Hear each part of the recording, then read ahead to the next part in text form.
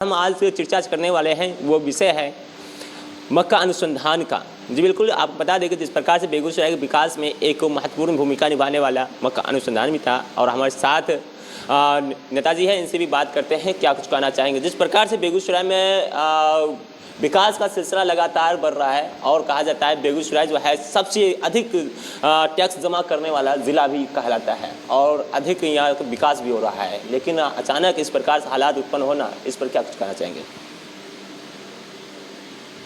सबसे पहले तो ये बात आपको मालूम होना चाहिए किस सरकार के द्वारा यहाँ बेगूसराय में विकास हुआ और किस सरकार के राज्य में सबसे अधिक टैक्स बेगूसराय से जाता है। बेगूसराय से अधिक टैक्स जाने का क्या राज है। यहाँ पर कांग्रेस पार्टी के हमारे बिहार के प्रथम मुख्यमंत्री डॉक्टर श्री कृष्ण बाबू के द्वारा और भारत के प्रधानमंत्री पंडित जवाहरलाल नेहरू जी के द्वारा बरौनी रिफाइनरी लगाया गया, थर्मल पावर की स्थापना हुई, बरौनी डेयरी की स्थापना हुई और फर्टिलाइज़र लगाया गया, रिफाइनरी, फर्टिलाइज़र, थर्मल। और सबसे बड़ी बात सिमरिया पुल जो दक्षिण भारत और उत्तर भारत को जोड़ने का काम हुआ, जिससे कि यातायात और माल ढुलाई का कार्यक्रम शुरू हुआ, एक दूसरे जगह जाने का माल का कार्यक्रम शुरू हुआ और लोगों को रोज़गार मिला।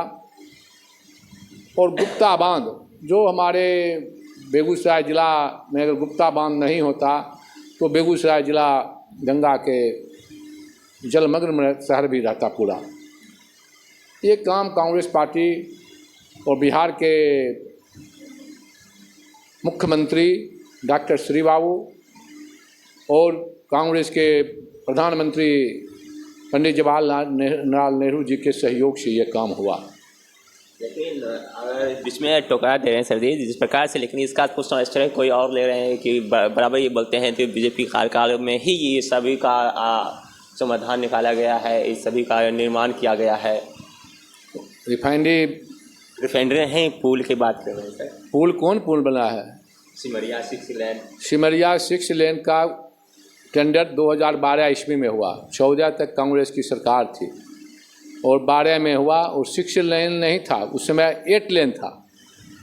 और भारतीय जनता पार्टी के राज में जब 14 में सरकार बनी है तो उसको 6 लेन कर दिया गया। एक बार नहीं, कई बार उसका टेंडर होकर और कांग्रेस के राज में ही पुल बना है, टेंडर तैयार होकर पास हुआ।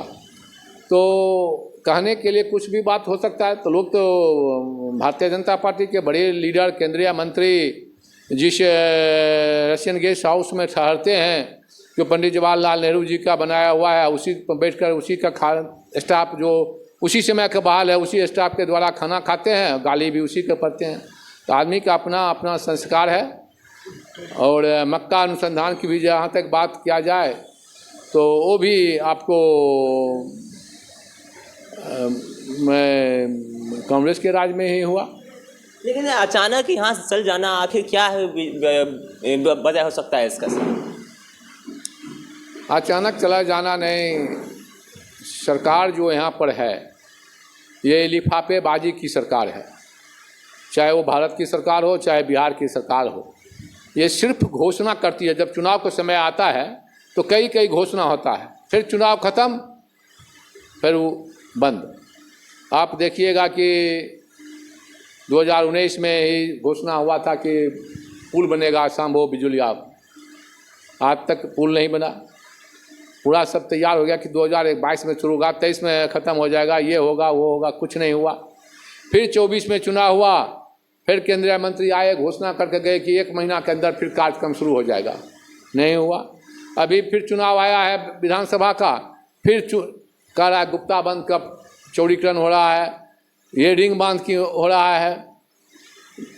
गुप्ता बांध जो बना हुआ है उसको तो मरम्मती लोग बढ़िया से कर नहीं पा रहे हैं, तो बोलने के लिए कुछ बोल रहे हैं। हम तो कहना चाहते हैं जो भी सरकार में के प्रतिनिधि यहाँ पर हैं एनडीए का, उनके लिए दुर्भाग्य वर्ष है। और बेगूसराय की जनता से भी मैं आग्रह करूँगा इस आपके माध्यम से, ये मौका है कि इन लोगों को सबक सिखाने के लिए जिस ढंग से जनता के साथ छलवा हो रहा है, जनता के साथ ठगने, बेगूसराय की जनता के ठगने का काम कर रहे हैं एनडीए के लीडर लोग, तो इस बार 25 में कम से कम आप अपना जनता ताकत दिखाकर उनके साथ भी वही व्यवहार करें जो जनता के साथ वो लोग कर रहे हैं, ठगने का काम कर रहे हैं। जी बिल्कुल, ये तो मुख्य सवाल था बेगूसराय से जिस प्रकार से मक्का अनुसंधान की बात चल रहा था, और इस प्रकार से आपको बता देंगे जिस प्रकार से यहाँ पर जीर्णोद्धार होने के बाद जो है इस बार जो है कहीं और प्लानिंग कर गया है। जहाँ बेगूसराय छोड़ा है बिहार छोड़कर किसी और राज्य में चल चुका है। और आपको बता दें कि जिस प्रकार से फिर से एक बिहार में राजनीतिक हलचल देखने को मिल रहा है, जहाँ पर आपको बता दें कि ओवैसी जी जो कि यहाँ नेता मुस्लिम नेता के लीडर कहा जाता है, उन्होंने एक बार फिर से ऐलान करवाया गया है कि बिहार में जो है 100 सीटों पर लड़ा जाएगा। इस पर क्या कुछ कहेंगे, क्या कहना चाहेंगे सर? जिस प्रकार से वो 100 सीटों पर ऐलान कर रहे हैं, क्या लगता है कि वो 100 सीटों पर लड़ेंगे और जीतेंगे भी? कौन लड़ेंगे कौन जीतेंगे इस पर हम लोगों को कोई बहस नहीं है। हम एक बात मैं जानता हूँ, आपने मुस्लिम शब्द को जोड़ कर बोला है, इसलिए मैं आपको कहना चाहता हूँ, मुस्लिम समुदाय के लोग राजनीतिक चेतना से परिपूर्ण हैं और वो जानते हैं कि मेरी लड़ाई हमारे साथ सुख दुख में खड़ा होने वाला भारत में एक ही लीडर है, उसका नाम है राहुल गांधी। मुस्लिम समुदाय के एक भी लोग इधर से उधर नहीं जाने वाले हैं। भारतीय जनता पार्टी कितनों अपना चाल चले, लेकिन मुस्लिम लोगों ने तय कर लिया है कि मेरा लड़ाई राहुल गांधी जी हैं, लड़ते हैं। और वो पूरे देश में एक ही आदमी है जो मोदी को आंख में आंख डालकर बात करते हैं और मोदी उनसे आंख छिपा कर बात करता है। न इनको राहुल गांधी जी को ईडी से डर है, न सीबीआई से डर है और न किसी से डर है। देश के हित में, जनता के हित में, हर जाति धर्म के लोगों के हित में राहुल गांधी से बड़ा नेता आज के दिन में पूरे भारत में नहीं है।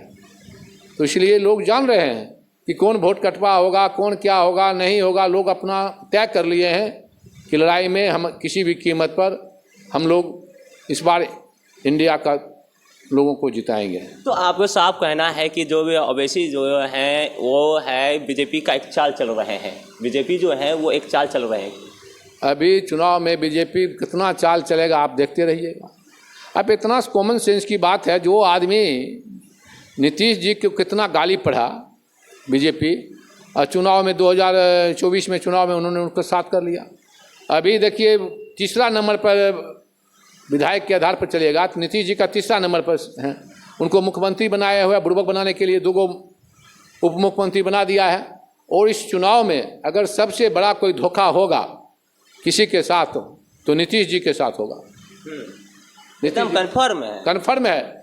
एक भी जदयू के लोग ने भारतीय जनता पार्टी को वोट डालेंगे। भारतीय जनता पार्टी तो कभी डालेगा ही नहीं जदयू को। पूरा प्रोग्राम तय है। अगले बार जैसे चिराग जी को खड़ा कर हर जगह नीतीश जी को हराने का काम किया था, इस बार भी उससे भी बड़ा खेला होगा।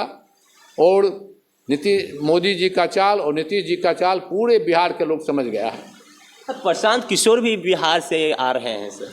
कितना किशोर, कितना लोग आएंगे, इसके लिए क्या चिंता करते हैं। अभी 100 पार्टी आएगा भर चुनाव में। जब सावन भादो आता है कितना बेंग टट्टर करने लगता है। लड़ाई 2 पार्टी में है, इंडिया वर्सेस एनडीए। तो सर इस बार जो है कांग्रेस बेगूसराय या मटिहानी से लड़ने वाले हैं? हम लोगों तो चाहते हैं 7 सीट पर लड़ें, लेकिन गठबंधन की जब राजनीति है, जो ऊपर का लोग निर्देश करेंगे उसके तहत हम लोग लड़ेंगे। लेकिन मेरा दावा है मटिहानी, बेगूसराय, बछवाड़ा 3 सीट पर तुम्हारा पूरा है कि मेरा यहाँ संगठन मजबूर है। यहाँ हम चुनाव लड़ने में सक्षम हैं और यहाँ हम चुनाव जीतने में सक्षम हैं। तो क्या संदेश देना चाहेंगे अपने क्षेत्रवासियों को और बेगूसराय वासियों को? हम बेगूसराय के लोगों को यही संदेश देना चाहते हैं, ये 2025 की लड़ाई आप लोगों की अस्मिता की लड़ाई है। ये बेगूसराय की अस्मिता की लड़ाई है। बेगूसराय के साथ जिस ढंग से एनडीए के लोग छलने का काम कर रहे हैं, ठगने का काम कर रहे हैं, जिनकर विश्वविद्यालय के नाम पर, कभी मक्का संशोधन ले जाने के काम पर, कभी गुप्ता बांध को चौड़ीकरण के नाम पर, कभी संभव बिजुलिया बेगूसराय पथ पुल के नाम पर जो ठगने का काम कर रहे हैं, तो इस बार आप लोगों को सोच समझकर एक वोट आप एनडीए के विरोध में देने का काम करें। और एनडीए के लीडर जिस ढंग से आपको छलने का काम किए हैं, इस बार आप लोग भी उसी ढंग से उनके साथ व्यवहार करें।